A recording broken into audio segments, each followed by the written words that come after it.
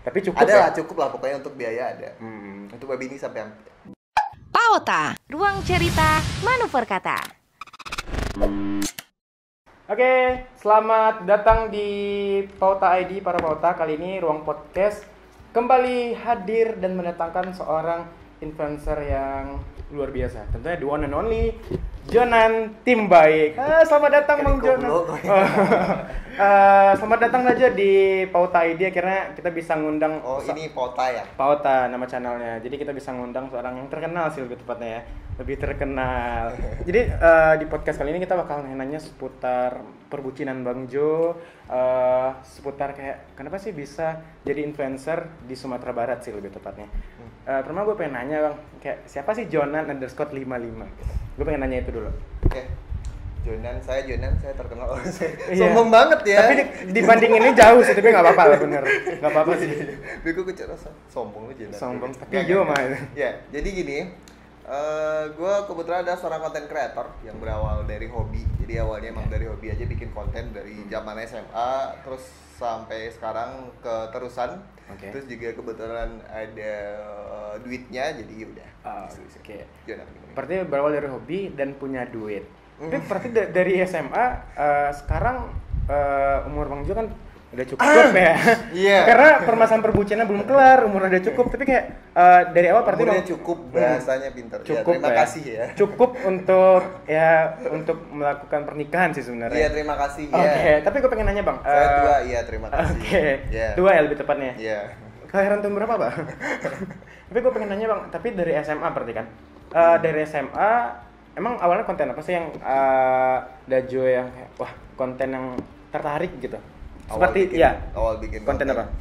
Gua awal bikin konten itu pas zaman SMA, itu pas lagi lomba film kebetulan di sekolahan gua.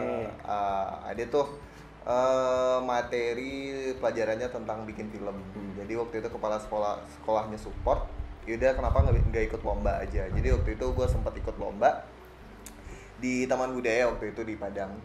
Nggak menang tapi ya itu konten pertama yang gue bikin, dokumenter. Nggak menang tapi sekarangnya lebih menang sih bagian yang menang tuh gimana kabarnya? Iya mungkin nggak ada kabar ya.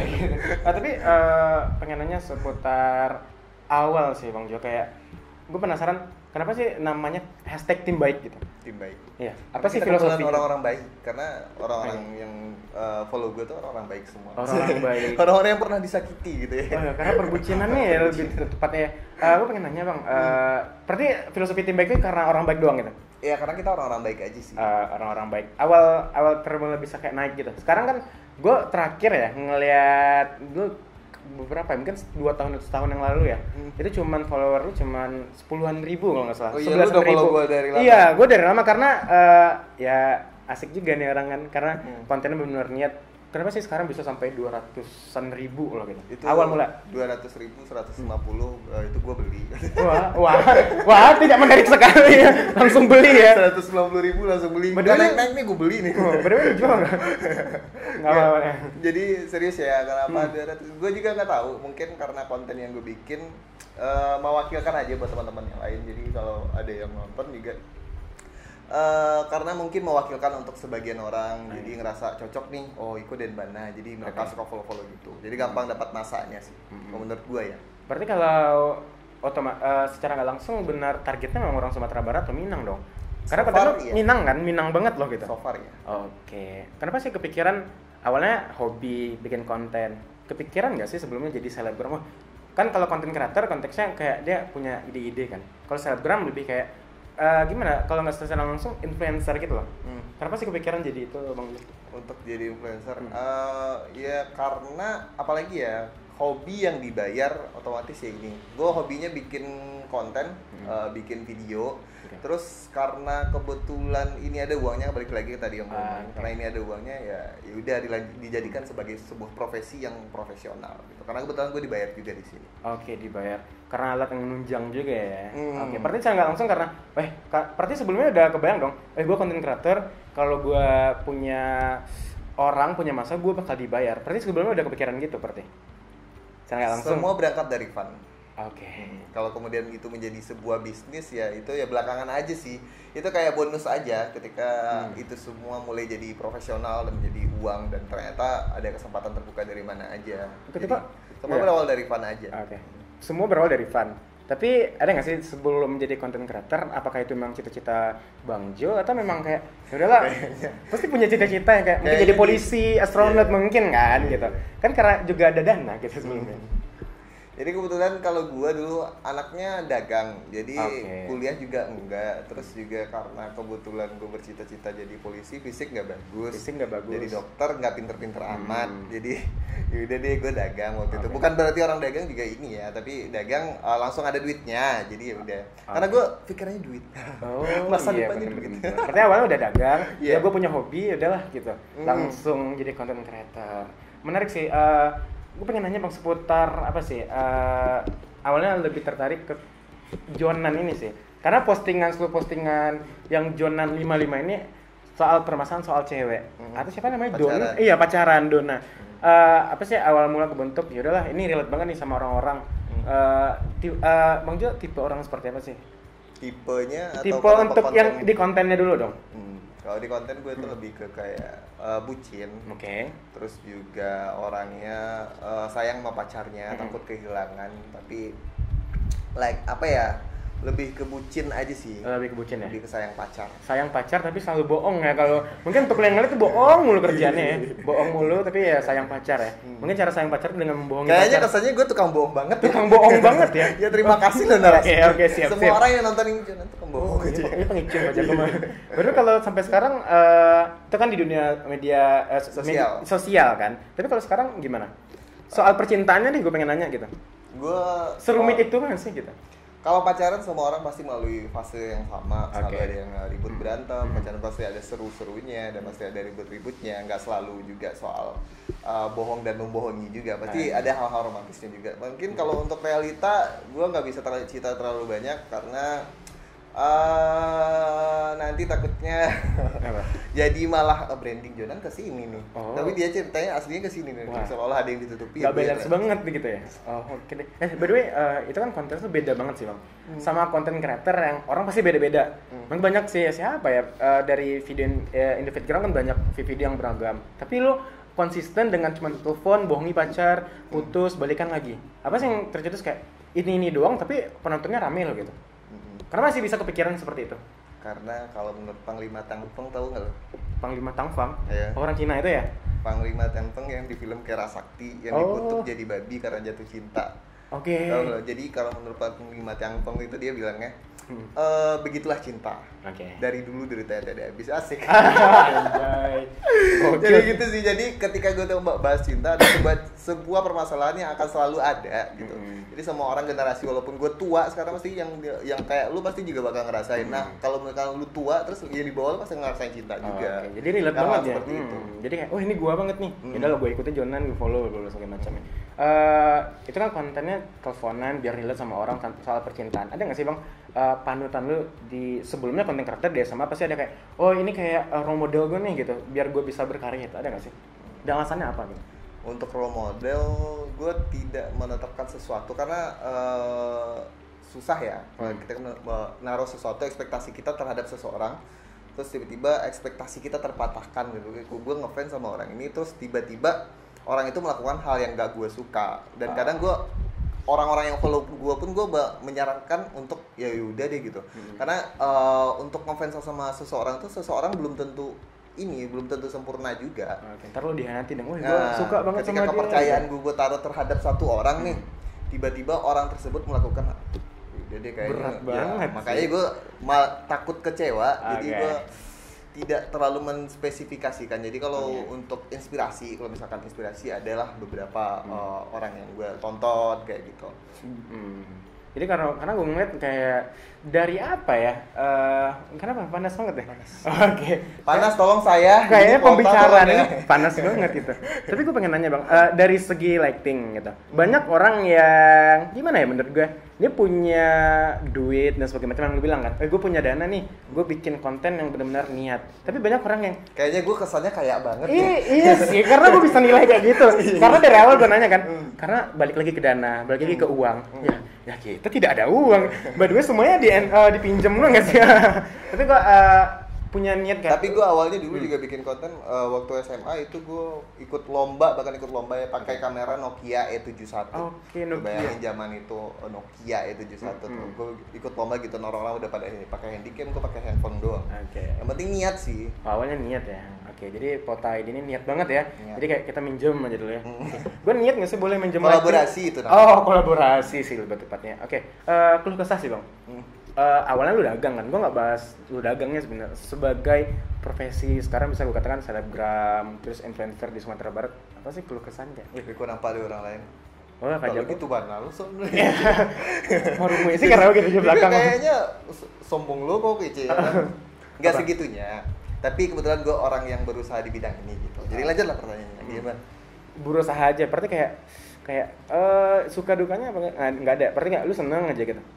Untuk yakin lo kerja ini nih ya kerjaan yang kayak ya selalu ada lah positif dan negatifnya. Untuk pekerjaan seperti ini, ketika mengambil sebuah sesuatu menjadi pekerjaan buat lo, itu pasti bakal ada dampak positif dan negatifnya. Jadi kadang orang nggak siap dengan hal-hal tersebut, makanya kadang ketika lu dihadapkan dengan situasi di mana lu akhirnya punya masa yang banyak tiba-tiba dan lu nggak siap, terus tiba-tiba ditinggalin lagi, nah itu kayak lebih ke pengalaman mental lu dididik dari sana sih. Oke. Berarti terbiasa dengan perubahan. Oke. Gue pengen nanya seputar ini sekarang kan follower lu 200 ribuan ya bang. Di Sumatera Barat tuh banyak sih, banyak banget sih. Dengan menghandle kayak nih 200 pengikut gue nih. Berarti nggak langsung dia ngikutin lu, konten lu, apa sih yang bakal lu kasih lagi nih untuk follower lu bang? Kayak yang gue bilang tadi. Apa? Gue tidak mau berekspektasi terlalu besar. Jadi ketika gue menyuguhkan sesuatu itu karena itu relate dengan gue. Jadi ketika gue bikin sesuatu untuk orang lain dan ternyata orang lain tidak suka dengan hal yang gue bikin, itu akan ada ekspektasi gue yang patah. Jadi ketika gue bikin konten itu ya minimal itu relate sama gue tidak mau mengekspektasikan gue bikin konten ini demi kalian loh. Terus tiba-tiba kontennya jelek, komennya dikit, like-nya dikit, kan ujungnya gue jadi kecewa. Jadi setiap gue bikin konten, gue intinya selalu berdasarkan hal yang pengen gue bikin gitu sih. Jadi buat nyaman di sana itu ya udah gue paling jujur aja sama diri sendiri. Jadi kalau lu nggak ngomong-ngomong, gue bakal ngasih yang ini untuk lu, tahu-taunya apa omongan lu nggak sesuai. Nah itu makanya gue aja gitu. Gue tidak pernah ngomong sesuatu yang tidak gue tahu. Kayak masalah COVID juga kemarin suruh ngomong sindir. Ya kalau menurut gue mungkin ada orang yang berbakat untuk itu dan bakat gue nggak di sana. Nggak gitu. Nyindir lebih ke perbucinannya dulu ya. Gue lebih ngomong sesuatu yang gue tahu aja. Gitu. Berarti yang lu tahu sekarang ya tentang perbucinan ya lebih tepatnya kayak gitu. Ini bang, gimana ya? Untuk di awal gue pernah ngeliat kayak lu benar-benar bikin konten mulu. Tapi sekarang justru kayak menurun. Bukan menurun sih. Bahkan lu kayak tempo sebenarnya. Iya, re-upload. Apa sih yang menurut lu kayak persiapan apa sih yang dilakukan oleh Jonan di Instagramnya atau di sosial media lainnya? Ada nggak sih persiapan yang lu kasih ke lo mau jawab serius apa jawab biasa aja nih? Serius dong. Kalau jawab serius, ini serius, acara yang serius ya? Yes. Gini. Ya Pak. Oke. Jadi apa hal yang gue lakukan atau persiapkan untuk kedepannya konten gue? Yang pasti untuk menjadi content creator atau influencer kita harus bertumbuh dan berkembang. Jadi nggak bisa stuck di satu posisi. Misalkan saat ini gue fix dengan konten LDR gue, terus gue selalu menyaman di sana. Nah itu hal yang paling bahaya banget. Jadi gue selalu terbuka dengan segala kemungkinan. Jadi kalau misalkan nanti planning gue ke depan ya kira-kira berubah ke arah sesuatu yang baru. Ke sesuatu yang kayak lagi hype nih. Kalau kayak TikTok gue udah persiapin juga rumus dan segala macamnya gue bikin lagi dan segala macam. Cuman belum ketemu fix kontennya. Berarti gue tunggu tanggal mainnya aja nih ya. Yes. Lebih tepatnya tunggu tanggal main sih. Jadi kayak orang banyak komen sih gue cek kan. video baru mana nih? Bahkan ada orang yang ngomong kasaran, woi bang, kok video baru udah keluar doh. Dia kayak ngejat itu, parah mah, enggak kok. Dia pernah lulu jatuh cinta, padahal kerja Para lucu. lulu jatuh cinta. Pernah lulu. Bayu lo pota. Dan para lulu jatuh cinta. Oke, siap. Gue nanya apa lagi ya? Seputar influencer, berarti lo bakal ada hal baru. Ini di Instagram doang, YouTube atau TikTok? Lo ngomong TikTok sama Instagram? Gini loh, orang selalu mendiskreditkan, gue nggak tahu ya sekarang masih atau enggak, tapi di circle gue orang terlalu menganggap TikTok itu something yang nggak terlalu ini. Padahal perkembangan informasi itu pasti akan selalu jauh ke depan, tidak akan berjalan mundur. Jadi kalau misalkan dulu sama kayak gini deh, ketika ada zamannya Twitter, orang lebih merasa lebih baik daripada Instagram. Kemudian ternyata Instagram rame juga, walaupun masa Twitter nggak hilang. Oh iya sih benar. Kemudian ada TikTok lagi nih, orang masih ragu sama TikTok. Dan kenapa? Karena mungkin ini platformnya baru. Yes. Terus juga lu udah tua, jadi lu ngerasa nyaman di Instagram doang dan gak kemana-mana gitu. Bener banget. Karena awalnya gue juga ngerasa bahwa apaan sih TikTok nih? Kebanyakan dulu sempat boykot ya sama orang-orang kayak Boycott itu video tidak senonoh. itu bokep nggak sih? Kebanyakan bokep juga sih gue ngeliat. TikTok kok isinya bokep Pada doang. zamannya. Zamannya. Tapi sekarang gue udah coba download TikTok sih. Iya. TikTok. Dan lu main? Gua nggak main sih, belum sih. Tapi gue ngeliat justru di TikTok banyak view dari Instagram loh bang. Maksudnya TikTok yang diambil videonya masukin ke Instagram, rata-rata kayak gitu. Karena banyak informasi yang kayak gue nggak dapat Instagram, justru orang banyak bikin di TikTok kayak gitu sebenarnya. Luar biasa sih menurut gue perkembangan TikTok. Nah itu yang lo lakuin ya. Lu udah ada akun Gue TikTok? riset. Oke. Gue setiap konten gue masuk sesuatu platform yang baru, gue riset TikTok kira-kira yang rame apa, masanya ada siapa aja dan di mana gue mau main. Jadi selalu gitu sih, selalu ada riset yang gue lakukan. Itu TikTok. Kalau YouTube gimana? Kenapa sih YouTube banyak orang bertanya kayak kenapa sih nggak lu main YouTube, sedangkan uang di YouTube orang lihat artis-artis semua main YouTube, sedangkan lu di YouTube ada kan, tapi cuman kompilasi video-video Instagram. Kenapa nggak lu mainin itu? YouTube itu gimana ya? Kalau gue pengennya bikin sesuatu kayak karya sih di YouTube. Jadi gue mau bikin sesuatu yang ada hasilnya. Jadi kayak di Instagram gue bikinnya LDR, gue mau ke YouTube itu bikin web series. Jadi kenapa gue masih pending ya karena mungkin kru dan kesiapan kita sebagai ininya belum, jadi masih ditahan dulu. Nanti tunggu planning aja. Kebetulan sebenarnya tahun ini udah ada web series, cuman kita tunggu sampai tahun depan, tungguin corona dulu. Ada web series seperti benar-benar konteks web seriesnya apa? Lebih ke LDR juga? Mungkin nanti cerita di LDR bakal dikembangin. Jadi rencananya nanti kalau misalkan bisa laku dijual di platform digital, kita jual di platform streaming digital. Kalau enggak ya udah lempar ke YouTube. Jadi gitu kan konsepnya, kalau nggak laku ya udah lempar ke YouTube. Oh iya sih, rata-rata kayak gitu ya gitu. Tapi uang YouTube sebenarnya nggak banyak-banyak banget gitu ya. Nggak banyak banget. Tapi sejauh yang gue tahu. Sejauh yang lu tahu. Tapi gue pengen nanya seputar lu awal-awal kan kayak karena gue ada modal bikin konten. Ya ujung-ujungnya balik modal lagi. Sekarang jadi influencer di Sumatera Barat. Berapa sih penghasilan lu kayak? Oh iya gue bisa hidup loh dari ini gitu. Dan lu nggak dagang lagi, itu cuman kayak ngasilin cuman 200, bukan cuma sih menurut gue 200.000 tuh banyak banget. Penghasilan lu berapa sih gitu? Gue nyebut penghasilannya. Ayo dong. Cukup lah untuk makan. Cukup untuk makan doang ya. Wow. Selain makan ada nggak? Tapi cukup. Ada ya? lah, cukup lah pokoknya untuk biaya ada. Untuk babi ini sampai sampai. Wow, banyak sekali begini sampai. Tapi kalau untuk Astagfirullahaladzim. Aku pengen nanya. Ini tolong di-cut ya, tolong ya. Oke, siap. Tapi gue pengen nanya untuk orang-orang yang, gue pengen jadi selebgram nih, influencer nih biar dapat uang, gimana pandangan lo? Kalau menurut gue ditanya di gue, hentikan hobi kalian itu segera, itu mengancam karir gue. Wah, berarti ini kota harus tutup ya? Nggak apa-apa. Nggak. Karena kalau menurut gue ya, semakin banyaknya influencer di ruang lingkup kita di Sumatera Barat, semakin banyak kolaborasi, semakin cepat kita bertumbuh dan semakin luas pasar kita. Jadi sebenarnya bagus sih semakin. Jadi kebanyakan orang tuh yang gue lihat karena nggak ada yang nonton jadi males. Sebenarnya kalau emang itu passion lu, lanjutin aja karena akan ketemu dengan kontennya dan akan ketemu dengan penontonnya sendiri gitu sih menurut gua. Tadi kan ngomongin soal influencer, lu dari dagang, yaudah lah, gua hobi content creator. Kesuksesan menurut lu apa? Sukses Menurut Jonan? mungkin untuk mungkin tidak untuk ditiru. Okay. Kalau menurut gue sukses adalah itu dulu gue pernah di toko dan gue punya penghasilan yang bahkan lumayan. Gue tinggalin cuma untuk passion gue. Jadi kalau menurut di ukuran gue dan pengalaman gue, sukses adalah sesuatu yang bisa lu capai berdasarkan passion lu. Kayak gue sekarang lagi bekerja di passion gue dan gue nggak ngerasa kerja. Emang ya udah kebetulan ini hobi gue bikin sesuatu terus tiba-tiba dibayar ya udah. Berarti kayak something like bonus aja sih. Sukses menurut lu sebenarnya nggak masalah tentang harta doang sebenarnya. Ya, it's not about money. Tadi kan soal sukses.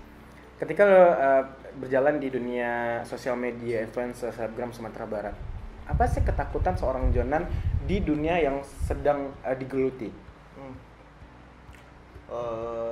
Ketakutan gua apa ya? Nggak ada sih. Gua anaknya nggak suka mikir. Kalau mikir gua terlalu kepikiran nanti jadi ribet. Gue kalau untuk takut karena takutnya apa ya? Kalau takut mati ya. Takut mati dosa banyak lain lagi cuci orang gitu. Enggak, lu enggak bohongin orang sih sebenarnya. Kesannya gue tukang bohong banget ya. Kokong bohong banget. Oke, siap. Apa ya lagi ya untuk momen titik puncak ada nggak sih selama 2 tahun ya?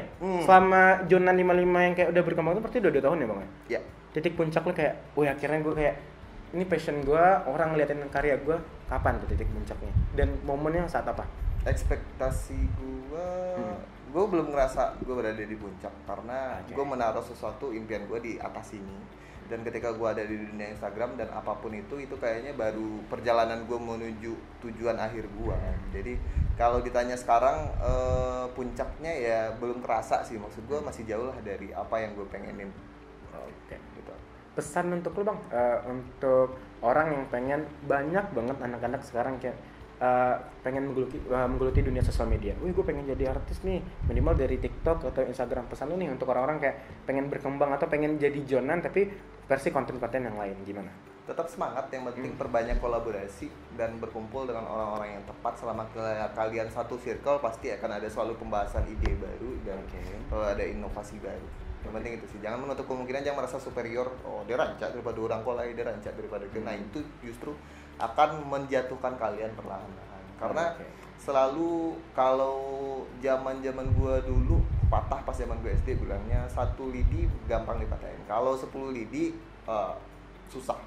Jadi gitu, semakin kita berkumpul semakin rame, jadi semakin berkembang. Jadi berkembang sama-sama aja. Jangan terlalu idealis.